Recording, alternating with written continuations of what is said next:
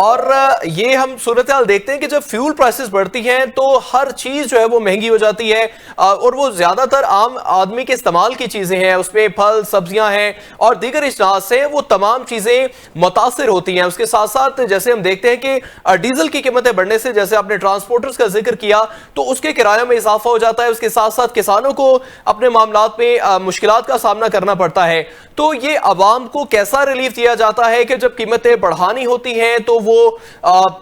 اس کی کوئی لمٹ نہیں ہے کہ اس کو کتنا بڑھانا ہے، لیکن جب کم کرنا ہے تو اس کو بڑا دیکھ سوچ کے، کبھی 2 روپے 3 روپے 6 روپے اور اب یہ 22 روپے، اس کی کیا وجوہات ہیں؟ دیکھیں، اس کی وجوہات یہی ہیں کہ حکومت سمجھتی ہے کہ عوام جو ہے وہ برداشت کر رہی ہے تو کرتی چلی جائے، اور اس کو فکر نہیں ہے کہ وہ دنیا کی سب سے مہنگی بجلی بھی پاکستان میں بنتی ہے، سب سے مہنگا پیٹرول بھی پاکستان میں بکتا ہے، اور ہر قسم کے ٹیکسز جو ہیں وہ بھی لگتے جا رہے ہیں، اور ریجن پوری میں سب سے زیادہ اس وقت پاکستان کی اکانومی انڈر سٹریس ہے، اور ہم دیکھ رہے ہیں کہ جو پروڈکشن کاسٹ ہیں وہ اتنی زیادہ ہو گئی ہیں کہ اکنامک گروتھ تقریباً 1-2% تک محدود ہو گئی ہے، اور کوئی انویسٹمنٹ نہیں کر رہا، کوئی نوکریاں نہیں بن رہی، روزگار جو ہے آپ کو پتہ ہے کہ 22-23% کی باتیں ہو رہی ہیں۔ ورلڈ بینک کہتا ہے تقریباً آدھی آبادی غربت کی لکیر سے نیچے ہے، بچوں کی سٹنٹنگ دنیا میں سب سے زیادہ ہے۔ سو آئی تھنک کہ یہ اکنامک فیلئر تو سب طرف ہے، اور حکومت کا مین مقصد صرف اس وقت ہے کہ IMF کی شرط جو ہے پرائمری سرپلس کی، اس کو پورا کیا جائے۔ اس کا مطلب یہ ہے کہ جتنے اخراجات ہیں حکومت سے وہ ٹیکس ریونیو سے پورے کیے جائیں، اور پھر بھی کچھ پیسہ بچے جس سے سود کی ادائیگی کی جائے۔ لیکن حکومت اپنے اخراجات کم بھی کر سکتی ہے، اور اگر واقعی ریلیف دینا چاہتی ہے عوام کو تو اپنے اخراجات کم کرے، منسٹریاں کم کرے، ڈپارٹمنٹس کم کرے، جو فضول خرچیاں ہو رہی ہیں ان کو بند کرے، تو پھر آپ ریلیف دے سکتے ہیں عام آدمی کو۔ لیکن اگر آپ نے خرچے اسی طرح بڑھاتے چلے جانا تو پھر ریلیف کا تو سوال ہی پیدا نہیں ہوتا۔ ڈاکٹر صاحب، جیسے آپ نے ذکر کیا کہ بھارت میں جو ہے وہ فیول پرائسز اس طرح سے نہیں بڑھی، اور بنگلہ دیش کا بھی آپ نے ذکر کیا، ہم نے دیکھا ہے کہ بھارت میں آخری بار 2022 میں پیٹرولیم مصنوعات کی قیمتوں میں اضافہ کیا گیا تھا، اور اس کے بعد اب 6 روپے اضافہ کیا گیا بھارت میں پیٹرولیم مصنوعات کی قیمتوں میں۔ تو کیا وجوہات ہیں کہ بھارت جو ہے وہ اتنا سٹیبل ہے، اس کے باوجود ہماری حکومت کی جانب سے تنقید کی جاتی ہے کہ مودی کی پالیسیاں جو ہے وہ ٹھیک نہیں ہیں؟ لیکن اگر ہم پاکستان کی پالیسیز دیکھیں، اور دوسری جانب بھارتی جو ہمارا ایک دشمن جسے ہم کہتے ہیں اور بھارتی حریف اسے کہتے ہیں، تو یہ کیا وجوہات ہیں؟ بھارتی پالیسیز کیا ہیں؟ کیونکہ ہماری طرف دیکھا جائے تو فیول پرائسز جو ہے وہ اس وقت عام آدمی کی پہنچ سے باہر ہو چکی ہیں، لیکن دوسری جانب بھارت نے 5 سے 6 سالوں میں محض 5 سے 6 روپے جو ہے وہ پیٹرول پرائسز بڑھائی ہیں۔ تو بھارتی پالیسیز میں ایسی کیا چیزیں موجود ہیں جو پاکستان کے پالیسیز میں موجود نہیں ہیں؟ دیکھیں، بھارت نے بہت ریفارمز کی ہیں پچھلے 20 سال، منموہن سنگھ کے وقت سے لے کے اب تک وہ ریفارم ایجنڈے پہ رہا ہے۔ اس نے اپنی اکانومی کو بیوروکریسی کے چنگل سے بھی نکالا ہے، وہاں پہ ایک بڑا پازیٹیو اکنامک ایکٹیویٹی ہے، اکنامک گروتھ ہے، دنیا میں تقریباً سب سے زیادہ اکنامک گروتھ بھارت میں ہو رہی ہے۔ پھر انویسٹمنٹ جو ہے وہ 25 سے 30% GDP کا انویسٹمنٹ ہے، پھر فورن انویسٹمنٹ بھی ہوتی ہے۔ تو بہت سی چیزیں ہیں جو بھارت نے بہت بہتر کی ہیں پاکستان کے مقابلے میں، کیونکہ پاکستان نے جو اکنامک ریفارمز کرنی تھی وہ نہیں کی، اور پاکستان اپنے جو بیوروکریسی ہے اس کو بھی ریفارم نہیں کر سکا، ہر چیز میں بیوروکریٹک اینگل آ گیا ہے، اور انویسٹمنٹ جو ہے پچھلے 10 سال سے تقریباً 10-11% 12% GDP کی رہی ہے، اور اتنی انویسٹمنٹ کے ساتھ پھر اکنامک گروتھ نہیں ہو سکتی، اور نہ ہی روزگار کے مواقع مل سکتے ہیں۔ اور پاکستان کی آپ کو پتہ ہے آبادی بڑی ینگ ہے، اور ہر سال تقریباً 30 لاکھ کے قریب نوجوان ورک فورس میں شامل ہوتے ہیں، تو ان کے لیے جابس ہیں ہی نہیں ہیں. تو وہ بہت ایک فرسٹریٹنگ پیریڈ ہے اس وقت. اور حکومت کو جو جینوئن ریفارمز کرنی چاہیے،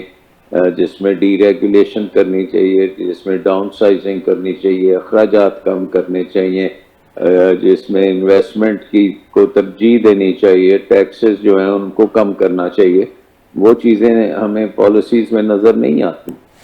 اچھا ڈاکٹر صاحب، ہم نے دیکھا کہ بنگلہ دیش کے اندر جتنی صنعتیں لگائی جاتی ہیں ان کو حکومت کی جانب سے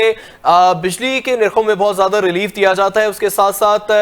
جتنے ورکرز وہاں پہ کام کرتے ہیں ان کو بھی ریلیف فراہم کیا جاتا ہے. لیکن دوسری جانب پاکستان نے اپنی بہت سی سرکاری جو مشینری تھی یا سرکاری ادارے تھے ان کو پرائیویٹائز کر دیا ہے. تو کیا یہ حکومت کے مفاد میں ہے؟ جیسے پی آئی اے کو پرائیویٹائز کر دیا گیا، پاکستان اسٹیل مل کو کرنے کے لیے کوششیں کی جا رہی ہیں، تو کیا یہ درست عمل ہے کہ اپنے اداروں کو بند کر دیا جائے یا پرائیویٹائز کر دیا جائے؟ دیکھیں، بات یہ ہے کہ آپ نے بیوروکریسی کو اکانومی سے نکالنا ہے. ایک تو یہ ہے کہ جتنے رولز ہیں بیوروکریسی کی پاور کو بڑھاتے چلے جا رہے ہیں، اس کو آپ نے ڈی ریگولیٹ کرنا ہے، ان کو کم کرنا ہے ان کی. دوسری طرف یہ ہے کہ آپ کی جو بجلی کا نظام ہے اس کو کمپیٹیٹو کرنا ہے. اب دنیا کی سب سے مہنگی بجلی پاکستان کیوں بنا رہا ہے؟ اس لیے بنا رہا ہے کیونکہ غلط ڈیسیجنز ہوئی ہیں، غلط معاہدے کیے آئی پی پیز کے. بھارت نے جب آئی پی پیز کیے یا بنگلہ دیش نے آئی پی پیز کیے تو وہاں تو سستی بجلی آئی ہے، پاکستان میں مہنگی بجلی آئی ہے. سو پاکستان میں فراڈ بھی بڑا ہوا ہے اور نااہلی بھی بہت زیادہ ہے. اور اس وقت بجلی جو ہے وہ پاکستان کے اکانومی کو سب سے بڑا نقصان بجلی سے ہو رہا ہے، کیونکہ اتنی مہنگی بجلی سے آپ کی کمپیٹیٹیونیس ختم ہو جاتی ہے اور آپ ایکسپورٹ کرنے کے قابل بھی نہیں رہتے، اور اندرون ملک بھی اپنی ڈیمانڈ پوری کرنے کے لیے آپ کی کاسٹ ضرورت سے زیادہ بڑھ جاتی ہیں. اور عوام میں پرچیسنگ پاور جو پچھلے 3 سال میں مہنگائی ہوئی ہے، اس سے عوام کی پرچیسنگ پاور بہت بری طرح متاثر ہوئی ہے. اور سو اس لیے پاکستان میں اسٹیگنیشن بھی ہے اور اب دوبارہ سے انفلیشن بھی سر اٹھا رہی ہے. سو آئی تھنک اکنامک مینجمنٹ جو ہے پاکستان کی سب اسٹینڈرڈ ہے. ڈاکٹر صاحب، آپ نے مہنگی بجلی کا ذکر کیا اور ہم دیکھتے ہیں کہ پاکستان کے عوام جو ہے وہ بھاری رقم ادا کرتی ہے بجلی کے بلوں کی مد میں. لیکن دوسری جانب ہم نے دیکھا ہے کہ بہت ساری عوام جو سولر پر شفٹ ہو گئی، اس کے ساتھ ساتھ حکومت کی جانب سے اب سولر صارفین پر بھی ٹیکس عائد کرنے کی باتیں کی جا رہی ہیں. تو کیا یہ درست عمل ہے کہ وہ صارفین جو اپنی جیب سے رقم خرچ کر کے اپنے گھر، دفاتر یا دیگر اداروں میں سولر کا انتظام کرتے ہیں، لیکن اس کے باوجود گورنمنٹ ان سے ٹیکس وصول کرنا چاہتی ہے، تو اس طرح سے کیا یہ ایک جائز اقدام ہوگا؟ نہیں، آئی تھنک یہ تو حکومت جو ہے عوام کے مفاد میں نہیں کام کر رہی، کیونکہ بجلی کو سستا کرنا تو اکنامک جو ہے آپ کی بہتری بھی اسی سے آتی ہے اور عوام کی خوشحالی بھی اسی میں ہے.